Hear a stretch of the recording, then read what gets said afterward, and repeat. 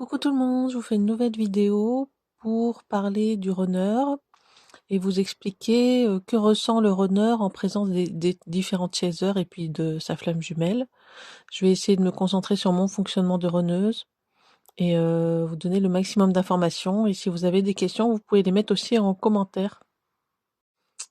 Donc pour vous dire ce que je ressens moi avec les chasers, déjà il y a une évidence quand je vois les chasers, il y a des chasers qui comprennent le fonctionnement du runner et il y a des chasers qui ne comprennent pas le fonctionnement du runner et en fonction de ça, je vais pas ressentir la même chose.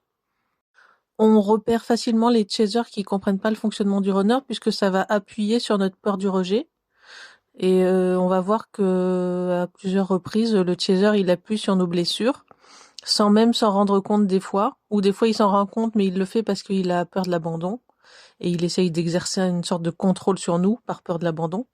Mais dans tous les cas, ce qu'on ressent en général, ça va être plus de la peur ou l'ego qui va se déclencher pour nous protéger.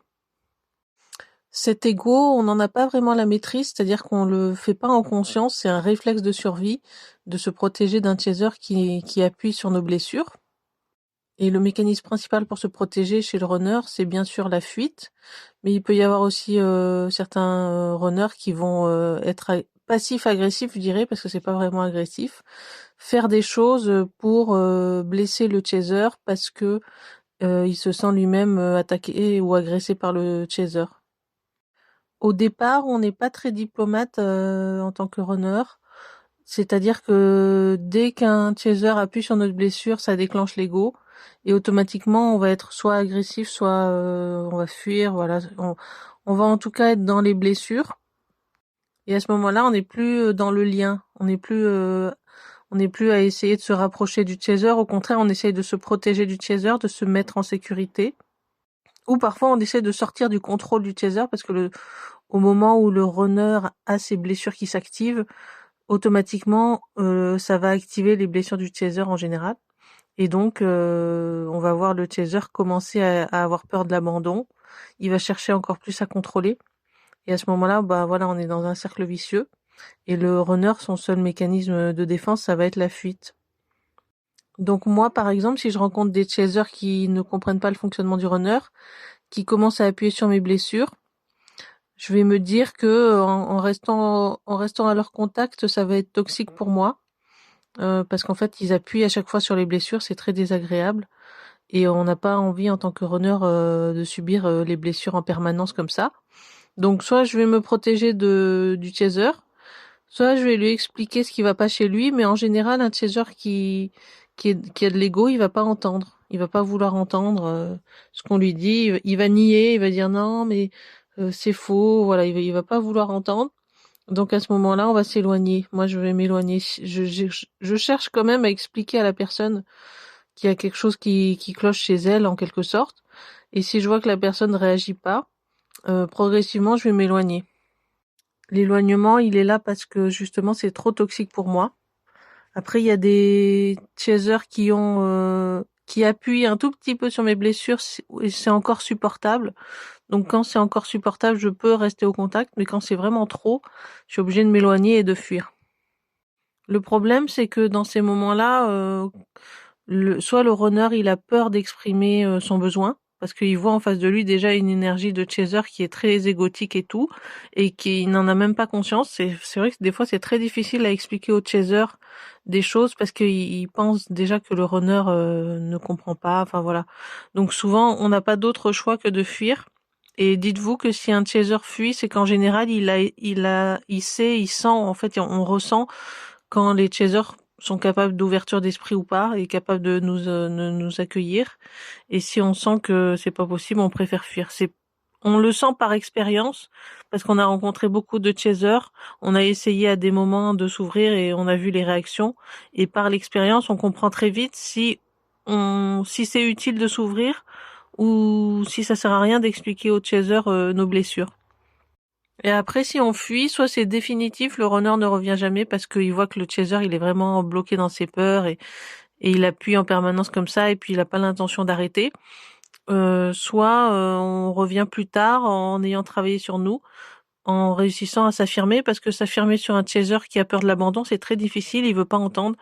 Il est vraiment fermé, obtus d'esprit, voilà, il y a vraiment le chaser, il a peur de l'abandon, donc il essaie de garder le contrôle, et garder le contrôle, ça implique aussi garder le contrôle sur la discussion, garder le contrôle sur la vérité des échanges et tout, et du coup c'est très compliqué pour un runner qui n'a pas l'expérience et qui n'a pas travaillé sur lui de s'affirmer sur un chaser. D'ailleurs, on cherche même pas, hein. On n'insiste pas vraiment. Moi, je sais que quand j'explique à un chaser, j'insiste pas plus que ça.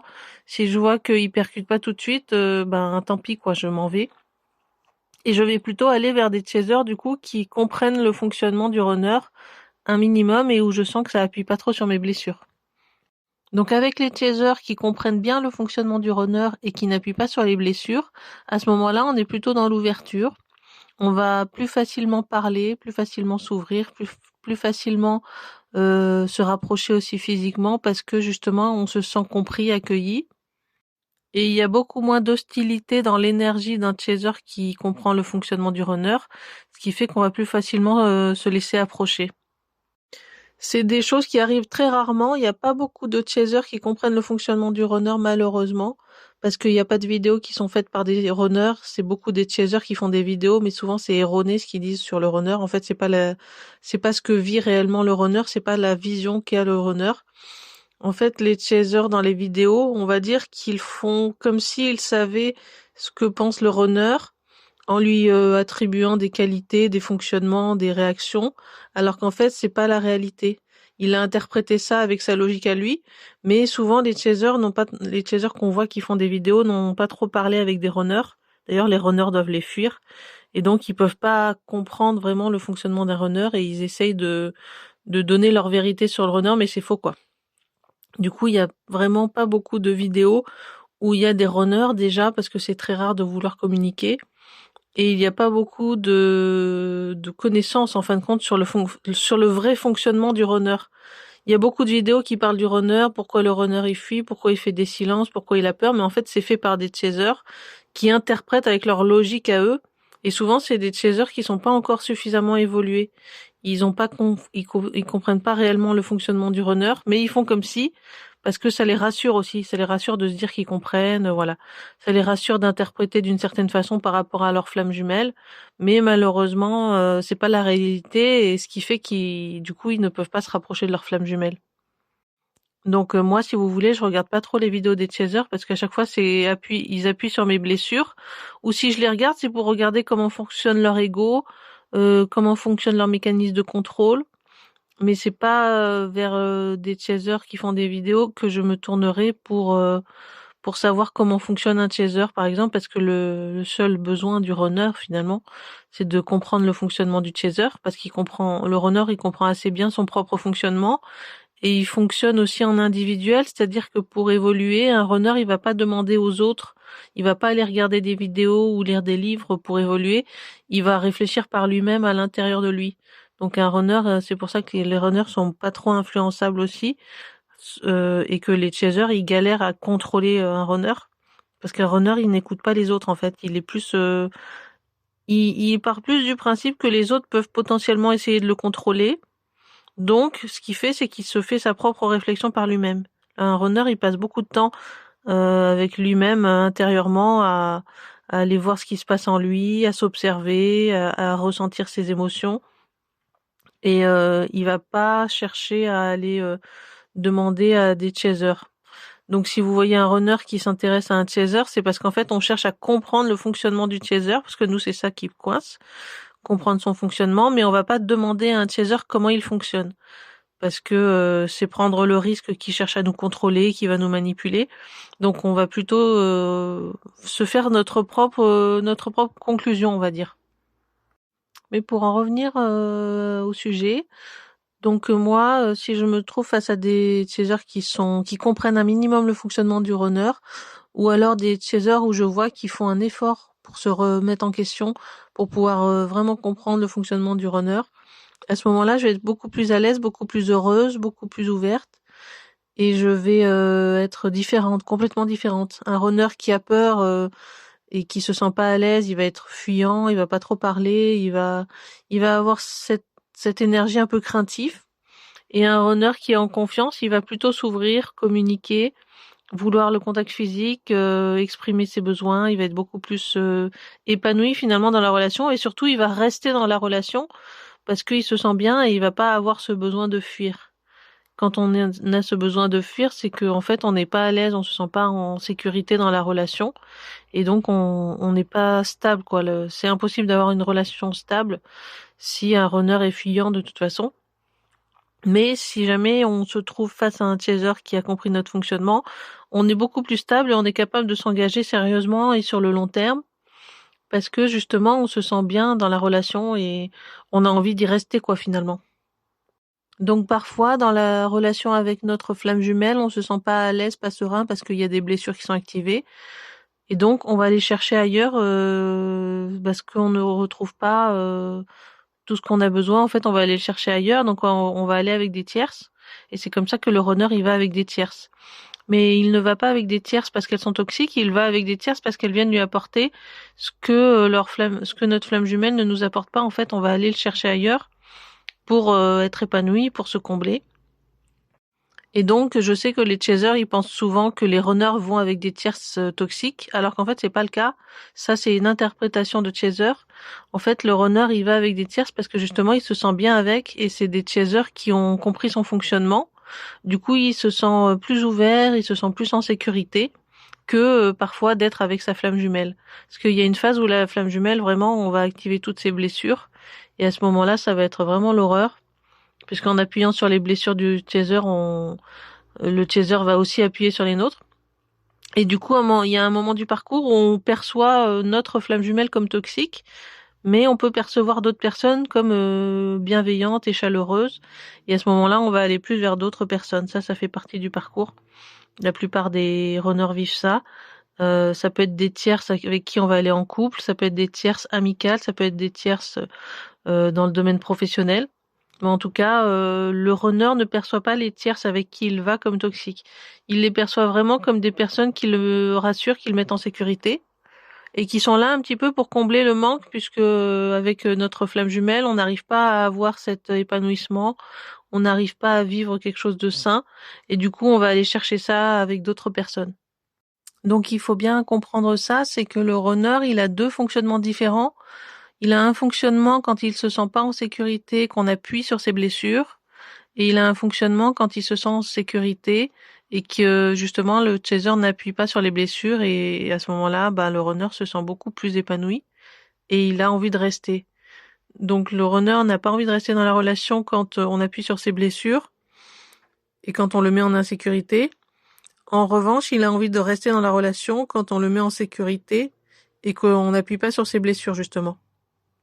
De manière générale, le chaser appuie sur les blessures du runner quand il cherche à contrôler, quand il est dans l'ego, quand il a des peurs vis-à-vis du runner, même s'il ne s'en rend pas compte, parce que malheureusement au départ, le chaser ne se rend pas compte de ses dysfonctionnements. En fait, nous, en tant que runner, on voit un chaser qui est pas du tout conscient, qui fait semblant de savoir qui il est, qui fait semblant de savoir comment il fonctionne, alors qu'en fait, il n'a pas la connaissance et il est souvent dans l'ego. Et il y a rien à faire pour lui expliquer parce que de toute façon, il est persuadé d'avoir la vérité, quoi. C'est un peu ça qui ressort des runners, même si on va pas forcément leur dire, parce que l'objectif du runner, c'est de fuir à des moments.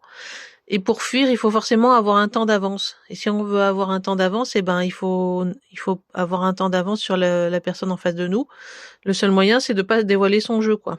Donc, en général, un runner qui va fuir un chaser ne va jamais expliquer ce que je suis en train d'expliquer là. Il va juste fuir, voilà, sans donner d'explication.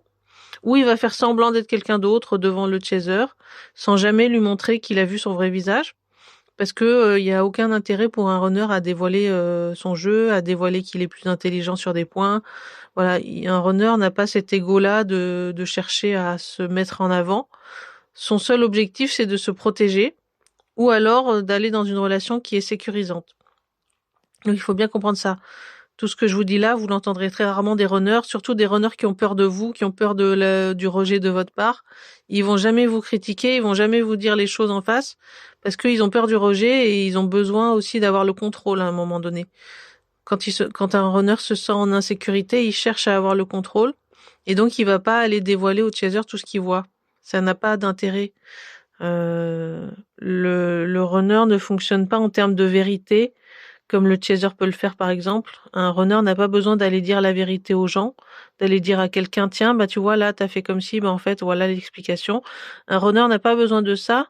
Il a juste besoin de se protéger en cas de, voilà, quand il se sent en danger, ou de s'épanouir dans une relation quand il se sent bien dans la relation. Donc toutes les connaissances, tout ce que le runner voit du chaser qui est pas normal, qui est dérangeant, qui est égotique, qui est malsain, qui est toxique, le runner ne va pas le dévoiler, ça n'a aucun intérêt. Moi, si je le fais, c'est parce que j'ai un travail à faire sur moi pour m'exprimer, expliquer mon fonctionnement et que j'ai évolué d'une certaine façon. Mais un runner que vous allez rencontrer dans la vie de tous les jours ne va pas faire ça, c'est très rare. Du coup, bah malheureusement, les chasers, ils restent pendant très longtemps ignorants un petit peu de leur fonctionnement, à être persuadés d'avoir compris des choses parce qu'ils écoutent des vidéos de chasers qui malheureusement sont fausses. Et du coup, c'est pour ça aussi que certains chasers, la séparation dure longtemps, parce qu'en fait, il y a beaucoup d'erreurs qui sont véhiculées. Et pour qu'un runner s'ouvre et dévoile ce qu'il voit du chaser, c'est très compliqué. Il faut vraiment qu'il soit en confiance. Et en général, un chaser qui est vraiment évolué, il n'a pas besoin que le runner explique les choses. Il comprend en fait, il a compris le fonctionnement, donc il n'y a plus besoin de parler. Donc voilà, je comprends moi de mon côté que ça soit très compliqué pour les chasers d'avancer à l'aveuglette, sans comprendre les réactions, avec des interprétations qui sont souvent fausses parce que analysées avec la logique d'un chaser. Et du coup, ben, les chasers malheureusement restent bloqués parce qu'il y a un peu personne pour les aider finalement, hein. C'est comme ça que je le vois. Il y a personne pour les aider. Les vidéos flammes jumelles faites par les chasers sont là juste pour nourrir le mental et l'ego du chaser, mais sont pas là vraiment pour le faire prendre conscience du fonctionnement du runner. Et le peu de runners qui sont dans les vidéos flammes jumelles, c'est pas des vrais runners. C'est souvent des chasers qui font semblant d'être des runners. Ou alors c'est même pas des flammes jumelles en fait, hein. Il y en a, ils font semblant, ils sont encore dans l'ego, ils ont pas évolué. Enfin, un runner voit ça, mais un runner ne va pas forcément l'expliquer. Moi, si je tombe sur une chaîne où je vois un gars qui se fait passer pour un runner, alors que je vois que dans le fonctionnement, il a rien compris au fonctionnement du runner, je vais pas chercher plus loin, je vais juste m'éloigner de la vidéo, quoi, simplement. Mais je vais pas forcément aller expliquer à la personne qu'elle fait semblant. De toute façon, je pense qu'elle en a conscience, hein, c'est pour manipuler les flammes jumelles très clairement. Et donc, faut comprendre qu'il y a vraiment très très peu de vrais runners qui viennent expliquer les choses parce que ça nous fait peur. Moi, je me confronte à ma peur en exprimant et c'est pas évident. Mais bon, au stade où j'en suis, ça m'aide dans mon parcours et ça m'aide aussi à me légitimer d'une certaine façon, à dire que j'ai une place dans le duo Flamme Jumelle, que j'ai le droit d'exister, que j'ai le droit d'exprimer ce que je pense et ma façon de le penser. Et chacun a une vision différente, c'est très bien. Et personne n'a le droit de me dire que ce que je pense n'est pas légitime, quoi. C'est comme ça que je le vois aujourd'hui. Plus je vais m'exprimer et plus je vais légitimer ce que je pense. Et ça va me permettre aussi de m'affirmer. Ça me permet de m'affirmer, de montrer aussi aux chasers que c'est pas normal en fait ce qui est raconté dans les vidéos qu'on voit sur internet. Et en fait ça m'énerve même. Ça m'énerve toutes ces vidéos qui racontent n'importe quoi sur les runners et avec des mecs qui gagnent de l'argent sur le dos des chasers en plus, puisqu'ils les prennent en consultation et tout, alors qu'en fait ils ont absolument rien compris et c'est d'ailleurs pour ça qu'ils sont pas encore en réunion, quoi. Et c'est très énervant pour un runner, en tout cas moi, tel que je suis à l'heure d'aujourd'hui, c'est très énervant de voir que des gens comme ça donnent des conseils à d'autres gens, les font payer des prestations. Et en plus, il y en a qui sont très très connus, hein. Il y a des noms que vous connaissez très bien, qui sont connus dans le milieu flamme jumelle, qui en fait c'est des chasers qui sont pas éveillés et qui font semblant d'avoir la science. Alors après, c'est quand même bien, c'est une démarche bienveillante de vouloir aider les autres, mais malheureusement, un chaser qui n'est pas réuni, c'est déjà un chaser qui ne sait pas comment fonctionnent les runners. Euh, En fait, pour parler du runner, je pense qu'il faut un minimum avoir des amis runners avec qui ça tient depuis longtemps la relation, ce qui est le signe que le chaser, il a bien compris le fonctionnement du runner. Mais si un chaser se met à parler d'un runner alors qu'il n'est même pas capable d'avoir dans son entourage des runners, pour moi, c'est un chaser qui n'est pas compétent, quoi. Il n'est pas compétent parce que il comprend pas le fonctionnement du runner. Il vaut mieux, à la limite, que les chasers fassent des vidéos sur leur propre fonctionnement, comment ils se perçoivent eux, et comment ils perçoivent le runner à la limite. Mais de dire que le runner il fonctionne d'une certaine façon alors qu'il n'y a pas la connaissance, pour moi c'est scandaleux parce qu'en plus il y a beaucoup de chasers qui vont regarder les vidéos, qui vont y croire et qui vont rester coincés pendant des années avec le silence du runner puisqu'en fait ils sont bloqués dans le mental, quoi. Enfin bon, ça c'est juste mon avis. Mais pour en revenir au sujet, voilà, bien retenir qu'il y a deux façons de fonctionner chez un runner. Il y a la façon quand il est dans les blessures, les peurs et l'ego. À ce moment-là, il va essayer de se protéger, et il va plutôt fuir et il va pas être trop ouvert, il va être indépendant, fuyant et aussi contrôlant. Et il y a une version du runner quand il est plutôt face à un chaser qui comprend son fonctionnement. C'est quelque chose qui se voit très clairement. On le voit quand un chaser comprend notre fonctionnement parce que justement, ça n'appuie pas sur nos blessures. Et à ce moment-là, on se sent beaucoup plus à l'aise. Ce qui met à l'aise et ce qui fait qu'on va s'ouvrir, c'est vraiment de voir et d'observer que le chaser en face de nous n'appuie pas sur nos blessures. Et s'il n'appuie pas sur nos blessures, ça veut dire qu'on est en sécurité. En tout cas, c'est comme ça qu'on peut l'interpréter en tant que runner. Ça veut dire qu'on est avec quelqu'un qui va pouvoir nous comprendre et donc qu'on peut s'ouvrir et qu'on peut envisager une relation saine dans laquelle on va être épanoui. Voilà ce que je peux vous dire, en tout cas sur le sujet. Si vous avez encore une fois des questions, n'hésitez pas à les poser par rapport à ce sujet-là. Je vous répondrai avec plaisir. J'espère en tout cas que ça aura aidé quelques-uns, que ça vous apportera des pistes de réflexion pour les chasers et puis pour les runners de peut-être d'avancer aussi en fonction de où vous en êtes dans votre parcours. En tout cas, je suis toujours très heureuse de vous faire ces vidéos. Je vous souhaite à tous une bonne journée, profitez bien, je vous retrouve très bientôt et si vous avez un sujet de vidéo à proposer aussi, n'hésitez pas, je suis ouverte à tout. Prenez soin de vous et je vous dis à très bientôt.